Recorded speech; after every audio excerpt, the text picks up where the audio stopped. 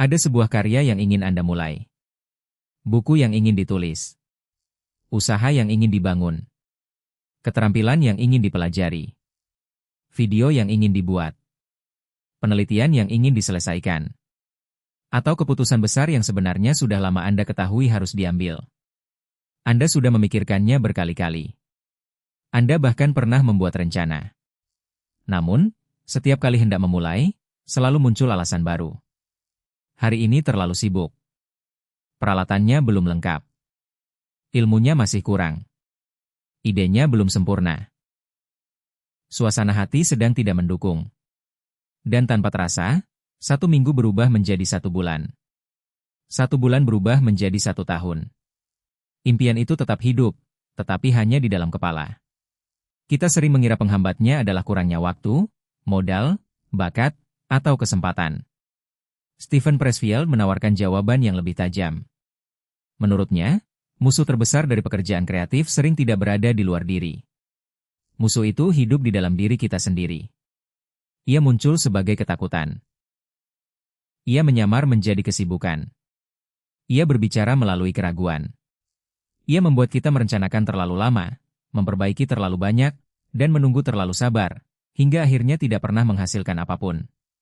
Pressfield menyebut kekuatan batin itu sebagai resistance, atau perlawanan dari dalam diri. Konsep ini menjadi gagasan utama The War of Art. Selamat datang di Level Up Your Mind Baca Buku. Dalam video ini, kita akan mempelajari mengapa pekerjaan yang paling berarti sering menjadi pekerjaan yang paling kita hindari, bagaimana membedakan sikap amatir dan profesional, serta cara tetap bekerja bahkan ketika inspirasi, keberanian, dan motivasi belum datang. Simak hingga akhir, karena pelajaran terakhir buku ini dapat mengubah cara Anda melihat rasa takut, penundaan, dan pekerjaan yang selama ini belum selesai. Bagian 1, musuh itu tidak terlihat. Bayangkan Anda duduk di depan laptop untuk mulai menulis. Dokumen sudah terbuka. Judul sudah dibuat. Namun, sebelum mengetik kalimat pertama, Anda berpikir, sebaiknya saya mencari referensi tambahan. Anda membuka internet. Lalu memeriksa pesan. Kemudian melihat media sosial sebentar. Setelah itu, meja terasa perlu dirapikan. Tiba-tiba Anda merasa lapar. 2 jam berlalu, tetapi halaman masih kosong. Sekilas, semua aktivitas tadi tampak masuk akal. Mencari referensi memang penting. Membalas pesan kadang diperlukan. Meja yang rapi dapat membantu konsentrasi. Namun, semua itu dapat berubah menjadi cara halus untuk menghindari pekerjaan utama. Inilah mengapa resistance berbahaya. Ia jarang datang dengan suara yang mengatakan, jangan pernah menyelesaikan impianmu. Ia lebih sering berkata, kerjakan besok saja. Persiapkan sedikit lagi. Tunggu sampai suasananya tepat. Mulailah ketika kamu sudah yakin. Perlawanan tersebut bukan hanya dialami seniman atau penulis. Situs resmi Pressfield menyebutnya sebagai ketakutan, keraguan, penundaan, perfeksionisme, dan bentuk sabotase diri yang menghalangi manusia mewujudkan pekerjaannya. Seorang guru dapat mengalaminya ketika menunda mencoba metode baru. Mahasiswa mengalaminya ketika terus membaca, tetapi tidak mulai menulis. Pengusaha mengalaminya ketika terus menyempurnakan produk, tetapi tidak berani menawarkannya.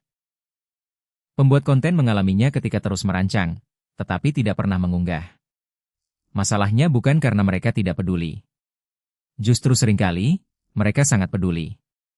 Dan karena pekerjaan itu begitu penting, rasa takutnya menjadi semakin besar.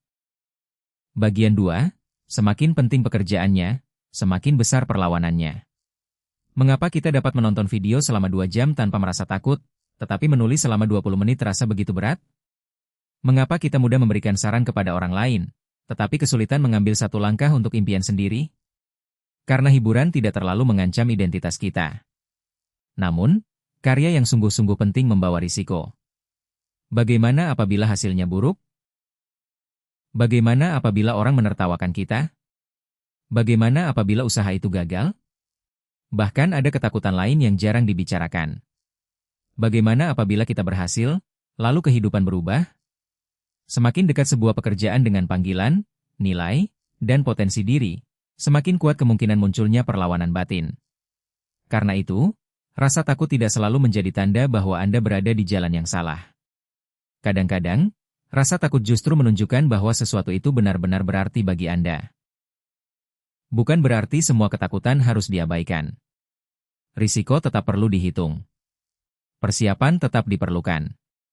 Namun, kita harus membedakan antara peringatan yang rasional dengan alasan yang diciptakan untuk menghindari ketidaknyamanan.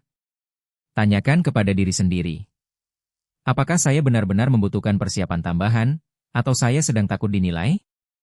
Apakah waktunya memang belum tepat, atau saya sedang menunggu keberanian yang tidak akan datang dengan sendirinya? Pertanyaan semacam ini membantu kita melihat penyamaran resistance. Bagian 3, perfeksionisme sering menjadi penundaan yang terlihat terhormat. Perfeksionisme sering dianggap sebagai standar tinggi. Namun, dalam banyak keadaan, perfeksionisme adalah rasa takut yang mengenakan pakaian rapi. Kita berkata, saya ingin hasilnya benar-benar bagus. Tetapi yang sebenarnya terjadi, kita takut menghasilkan sesuatu yang belum sempurna. Seorang penulis terus memperbaiki paragraf pertama hingga tidak pernah mencapai halaman kedua. Seorang pengusaha menunggu logo, kemasan, dan tempat yang sempurna sebelum menguji produknya. Seorang guru menghabiskan waktu terlalu lama membuat media pembelajaran, tetapi kehilangan kesempatan mencoba metode tersebut di kelas.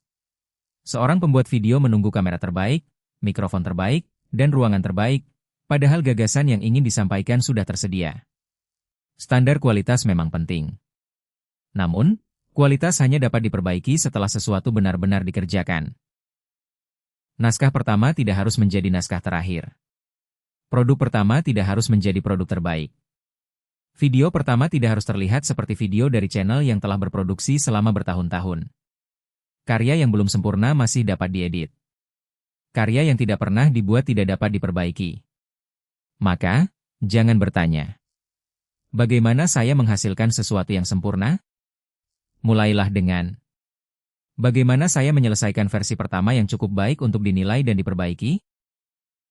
Bagian 4, amatir menunggu perasaan, profesional menaati jadwal.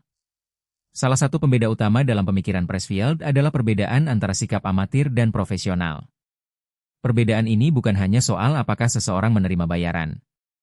Seseorang dapat dibayar tetapi tetap bersikap amatir. Sebaliknya, seseorang yang belum menghasilkan uang dapat bekerja dengan disiplin profesional. Sikap amatir berkata, saya bekerja ketika sedang bersemangat. Sikap profesional berkata, saya bekerja karena sudah waktunya bekerja. Amatir menunggu inspirasi. Profesional mempersiapkan tempat agar inspirasi mempunyai kesempatan untuk datang. Amatir menganggap suasana hati sebagai perintah. Profesional mengakui perasaannya, tetapi tidak selalu membiarkannya menentukan tindakan. Pressfield berulang kali menekankan bahwa kebiasaan amatir dan profesional berbeda.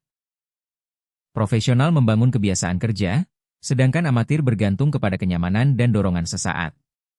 Stephen Pressfield. Bayangkan seorang penulis menetapkan waktu menulis pukul 6 sampai 7 pagi. Pada suatu hari ia bersemangat. Ia menulis dengan lancar. Hari berikutnya ia lelah. Kalimatnya terasa buruk. Namun, ia tetap duduk dan bekerja. Bukan karena setiap hari menghasilkan karya hebat, tetapi karena ia sedang membangun hubungan yang serius dengan pekerjaannya. Profesional tidak menuntut setiap sesi menjadi luar biasa. Ia hanya memastikan dirinya hadir. Dan kehadiran yang terus diulang pada akhirnya menghasilkan kemampuan. Bagian 5. Mulailah sebelum merasa siap. Kita sering menganggap kesiapan sebagai syarat untuk memulai. Namun, banyak kemampuan justru lahir setelah kita mulai. Seseorang tidak sepenuhnya siap menjadi guru sebelum memasuki kelas. Ia belajar melalui interaksi dengan murid. Pengusaha tidak memahami seluruh pasar sebelum menawarkan produknya. Ia belajar dari tanggapan pelanggan. Penulis tidak mengetahui seluruh bentuk bukunya sebelum menulis. Ia menemukan arah melalui proses.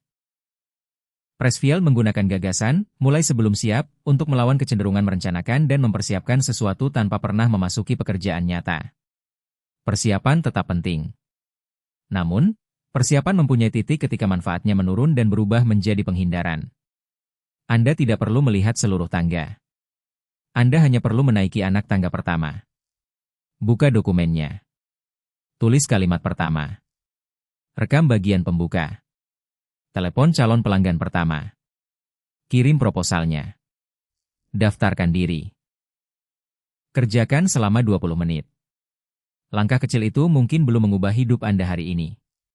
Namun, ia telah mengubah posisi Anda, dari seseorang yang hanya berniat menjadi seseorang yang sudah mulai bekerja.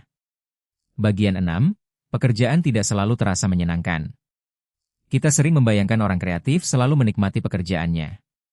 Penulis merasa terinspirasi setiap kali menulis. Pelukis selalu bahagia ketika melukis. Pengusaha selalu antusias membangun usaha. Guru selalu bersemangat mempersiapkan pembelajaran. Kenyataannya, pekerjaan bermakna tetap memiliki bagian yang membosankan. Ada revisi. Ada kegagalan. Ada administrasi. Ada latihan berulang. Ada hari ketika hasil terasa buruk. Ada masa ketika tidak seorang pun memperhatikan. Bekerja secara profesional berarti menerima bahwa kesenangan bukan satu-satunya alasan untuk terus bergerak. Kita bekerja bukan hanya ketika prosesnya menyenangkan, tetapi karena pekerjaan itu layak diselesaikan. Seorang atlet tidak hanya berlatih pada hari pertandingan. Musisi tidak hanya memainkan lagu di depan penonton. Sebagian besar kualitas dibangun pada waktu-waktu yang tidak terlihat oleh siapapun. Di ruang sepi. Di pagi yang masih gelap. Di hadapan halaman yang belum terisi. Di tengah percobaan yang berulang kali gagal. Kita sering mengagumi hasil seseorang, tetapi tidak melihat ribuan jam ketika ia tetap bekerja tanpa penghargaan. Bagian 7, jangan menyerahkan nilai diri kepada hasil. Setelah menyelesaikan pekerjaan, muncul medan pertempuran berikutnya. Penilaian orang. Video mungkin hanya ditonton sedikit orang. Tulisan ditolak penerbit. Usaha tidak langsung menghasilkan keuntungan. Presentasi mendapat kritik. Karya yang telah dikerjakan berbulan-bulan tidak memperoleh tanggapan seperti yang diharapkan. Apabila identitas kita sepenuhnya bergantung pada hasil, setiap penolakan akan terasa seperti penolakan terhadap diri sendiri. Profesional berusaha memisahkan pekerjaan dari harga dirinya. Ia tetap peduli terhadap kualitas. Ia menerima kritik. Ia mengevaluasi hasil. Namun, ia tidak menyerahkan seluruh nilai dirinya kepada angka, komentar, pujian, atau penolakan. Ada dua wilayah yang berbeda. Wilayah pertama adalah sesuatu yang dapat dikendalikan. Hadir. Belajar. Berlatih. Menyelesaikan. Memperbaiki. Wilayah kedua berada di luar kendali penuh. Respons penonton. Keputusan pasar. Algoritma. Pendapat orang. Waktu keberhasilan. Fokuslah pada wilayah pertama. Hasil tetap penting sebagai informasi, tetapi bukan sebagai hakim terakhir atas kelayakan diri Anda. Bagian 8. Selesaikan, jangan hanya memulai. Memulai terasa menyenangkan. Ada semangat baru. Ada rencana baru. Ada identitas baru. Namun, mendekati akhir sebuah proyek sering terasa menakutkan. Ketika pekerjaan masih belum selesai, kita masih dapat membayangkan bahwa hasil akhirnya akan luar biasa. Ketika selesai dan dipublikasikan, karya itu dapat dinilai. Karena itu, sebagian orang terus menambah, memperbaiki, atau memulai proyek lain agar tidak perlu menyelesaikan proyek sebelumnya. Resistance tidak hanya muncul pada awal perjalanan. Ia juga dapat muncul ketika garis akhir sudah dekat. Menyelesaikan berarti berani melepaskan karya dari perlindungan kita. Mengirimkannya. Menerbitkannya. Menawarkannya. Memperlihatkannya kepada dunia. Sebuah karya tidak harus sempurna untuk selesai. Ia harus mencapai bentuk yang cukup utuh untuk memenuhi tujuannya. Setelah itu, lepaskan. Belajar dari respons. Kemudian mulai karya berikutnya dengan kemampuan yang sudah bertambah. Bagian 9, pekerjaan besar bukan hanya tentang ego. Pada bagian yang lebih reflektif, Pressfield memandang proses kreatif sebagai sesuatu yang lebih besar daripada mencari pujian. Ia berbicara tentang inspirasi, panggilan, dan kekuatan kreatif dengan bahasa spiritual serta metaforis. Dalam pandangannya, seniman perlu menyingkirkan ego dan bekerja dengan rendah hati agar karya dapat mengalir melalui disiplin, bukan sekadar ambisi pribadi. Gagasan ini dapat diterapkan secara sederhana. Jangan hanya bertanya, apakah karya ini membuat saya terlihat hebat? Tanyakan, siapa yang dapat dibantu oleh karya ini? Masalah apa yang dapat diselesaikan? Pengetahuan apa yang dapat dibagikan? Nilai apa yang dapat diberikan? Ketika pekerjaan hanya berpusat pada pengakuan, kita mudah menyerah saat pujian tidak datang.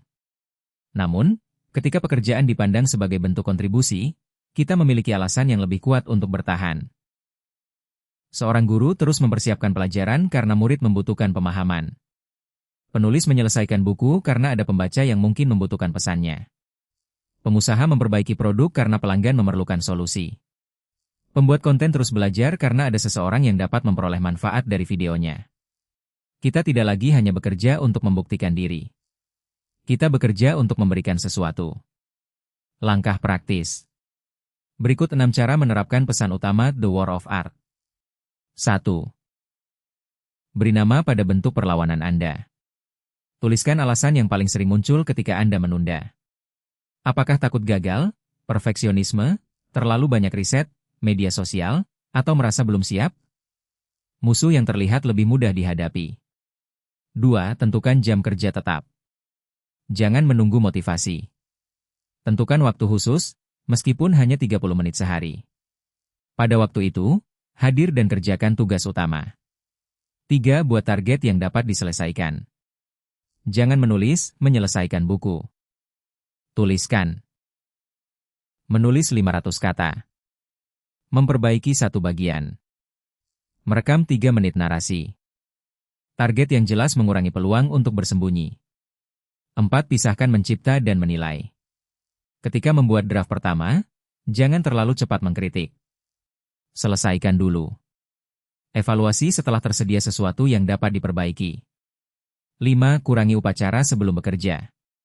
Anda tidak perlu menunggu meja sempurna, musik tertentu, suasana tertentu, atau inspirasi besar. Buka pekerjaan dan mulai dari bagian yang tersedia. 6.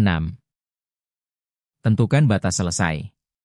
Buat kriteria yang jelas mengenai kapan sebuah pekerjaan dianggap cukup untuk dikirim, diterbitkan, atau diuji. Tanpa batas, perfeksionisme akan terus memperpanjang proses. Tantangan 7 hari. Menjadi profesional. Selama 7 hari, pilih satu pekerjaan yang selama ini Anda tunda. Setiap hari, kerjakan pada jam yang sama selama minimal 30 menit. Hari pertama, tentukan pekerjaan dan hasil akhir. Hari kedua, hilangkan gangguan terbesar. Hari ketiga, buat versi pertama tanpa menilai. Hari keempat, lanjutkan meskipun suasana hati tidak mendukung. Hari kelima, minta satu masukan yang jujur. Hari keenam, perbaiki bagian paling lemah. Hari ketujuh, selesaikan dan kirimkan, unggah, atau perlihatkan hasilnya. Tujuannya bukan menghasilkan mahakarya dalam 7 hari. Tujuannya adalah membuktikan bahwa Anda dapat bekerja tanpa menunggu rasa takut menghilang. Pesan terbesar The War of Art sederhana, tetapi tidak nyaman. Seringkali, kita sudah mengetahui pekerjaan yang seharusnya dilakukan. Yang belum kita miliki adalah keberanian untuk duduk dan mengerjakannya secara konsisten. Musuh terbesar bukan selalu kurangnya bakat. Bukan kurangnya waktu. Bukan kurangnya kesempatan. Musuh terbesar dapat berupa suara halus yang terus berkata, "Belum sekarang." Namun, impian tidak dibangun oleh hari yang sempurna. Ia dibangun oleh hari-hari biasa ketika seseorang tetap hadir. Ketika ia takut, tetapi mulai. Ketika ia ragu, tetapi melanjutkan. Ketika hasilnya belum bagus, tetapi memperbaiki. Ketika tidak ada yang melihat, tetapi tetap bekerja. Maka, renungkan pertanyaan ini. Pekerjaan penting apa yang sebenarnya sudah lama memanggil Anda, tetapi terus Anda hindari? Mungkin Anda tidak membutuhkan motivasi baru. Mungkin Anda hanya perlu berhenti bernegosiasi dengan rasa takut dan mulai bekerja. Terima kasih telah belajar bersama Level Up Your Mind Baca Buku. Tekan tombol subscribe untuk mendapatkan ringkasan buku tentang psikologi, pengembangan diri, bisnis, sejarah, filsafat, novel, dan berbagai tema menarik lainnya. Bagikan video ini kepada seseorang yang mempunyai impian besar, tetapi masih berperang melawan penundaan dan keraguan. Tuliskan di kolom komentar. Pekerjaan apa yang akan Anda mulai atau selesaikan minggu ini? Hadapi ketakutanmu, selesaikan pekerjaanmu, dan naikkan level hidupmu.